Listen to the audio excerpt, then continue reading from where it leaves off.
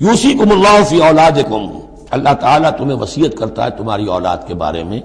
للذکر مثل حظ الانثیین، لڑکے کے لیے حصہ ہے دو لڑکیوں کے برابر۔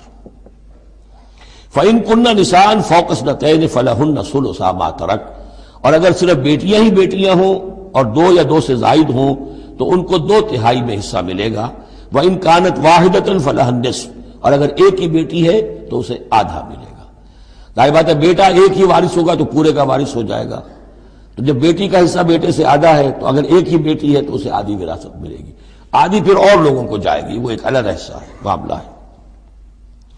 وَلِأَبَوَيْهِ لِكُلِّ وَاحِدٍ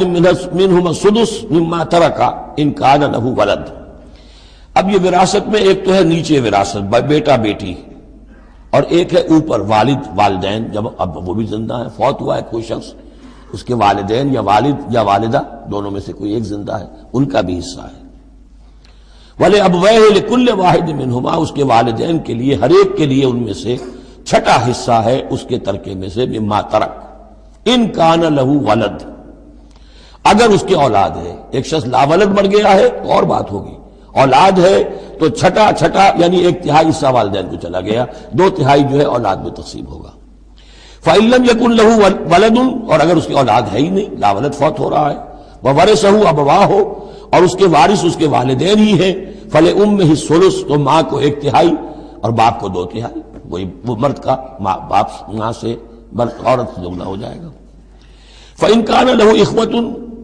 اور اگر اس کے بہن بھائی ہو، فَلِأُمِّهِ السُّدُسُ مِن بَعْدِ وَصِيَّةٍ يُوصِي بِهَا أَوْ دَيْنٍ، تو پھر ماں کا حصہ جو ہے وہ پھر اور کم ہو جائے گا، چھٹا حصہ رہ جائے گا سدس کی بجائے، تاکہ باپ کی طرف سے تو پھر بھائیوں کو رشتہ کو وراثت جا سکے گی اس کے، لیکن ساتھ فرما دیا من بعد وصیۃ یوصی بہا او دین، وراثت کی تقسیم سے پہلے دو کام کر لینے ہوں گے کہ اگر کوئی وصیت کی ہے اس وصیت کو پورا کیا جائے،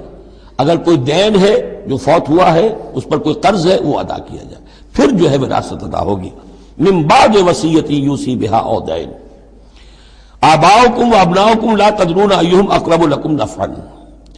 تمہارے باپ یا تمہارے بیٹے تم نہیں جانتے کہ ان میں سے کون تمہارے لیے زیادہ نافع ہے، زیادہ قریب ہے نفع کے اعتبار سے۔ فریضۃ من اللہ،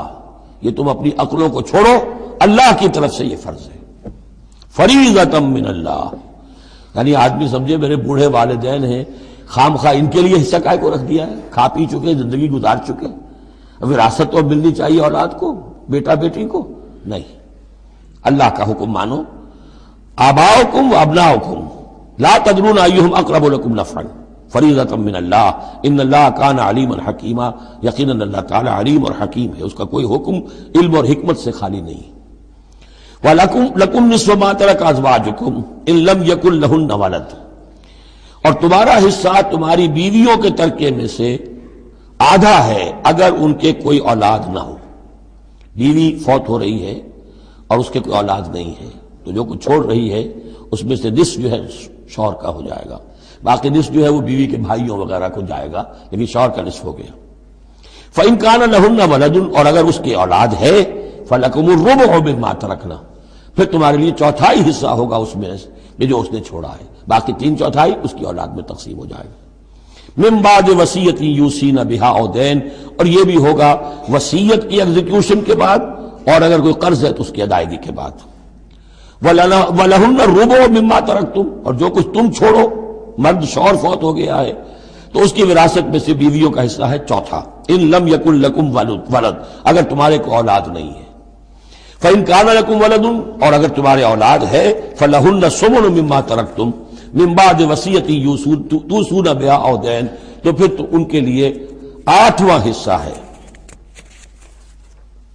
اگر تمہارے لیے اولاد ہے تو تمہاری بیوی کے لیے پھر 8واں حصہ ہے تمہارے ترکے میں سے، من بعد وصیۃ توصون بہا او دین، اس وصیت کو تکمیل کے بعد جو تم نے کی ہو یا قرض جو تمہارے ذمے ہو ادا کرنے کے بعد۔ وَإِن كَانَ رَجُلٌ يُورَثُ كَلَالَةً، اور اگر کوئی شخص جس کی وراثت جو ہے تقسیم ہو رہی ہے کلالہ تھا، او امراتن، یا کوئی عورت بھی کلالہ ہو سکتی ہے۔ یہ کلالہ کون ہوتی ہے؟ جس کے نہ تو والدین ہو نہ اولاد ہو، میت ہے، فوت شدہ مرد ہے یا عورت ہے، تو جو نہ تو ہے اوپر والدین میں سے کوئی اور نہ کوئی اولاد میں سے، وہ اس کو کلالہ کہتے ہیں، بہن بھائی ہیں۔ اب بہن بھائیوں میں جو تقسیم ہوگی وہ ایک تقسیم تو وہی ہے کہ جو حقیقی اور عینی اور اللاتی بہن بھائیوں میں ہوتی ہے، وہ تو ہے اسی طرح جیسے کہ اولاد کی ہے، لیکن یہاں خاص حکم دیا جا رہا ہے۔ عربوں میں اصل میں 3 قسم کے بہن بھائی ہوتے تھے۔ ایک عینی وہ ہے، باپ بھی وہی ہے مشترک، ماں بھی وہی ہے، جنہیں ہم حقیقی کہتے ہیں۔ ہمارے ہاں حقیقی بھائی، حقیقی بہن، یعنی والدین دونوں مشترک ہیں۔ اللاتی کہ باپ ایک ہے اور مائیں جدا ہیں،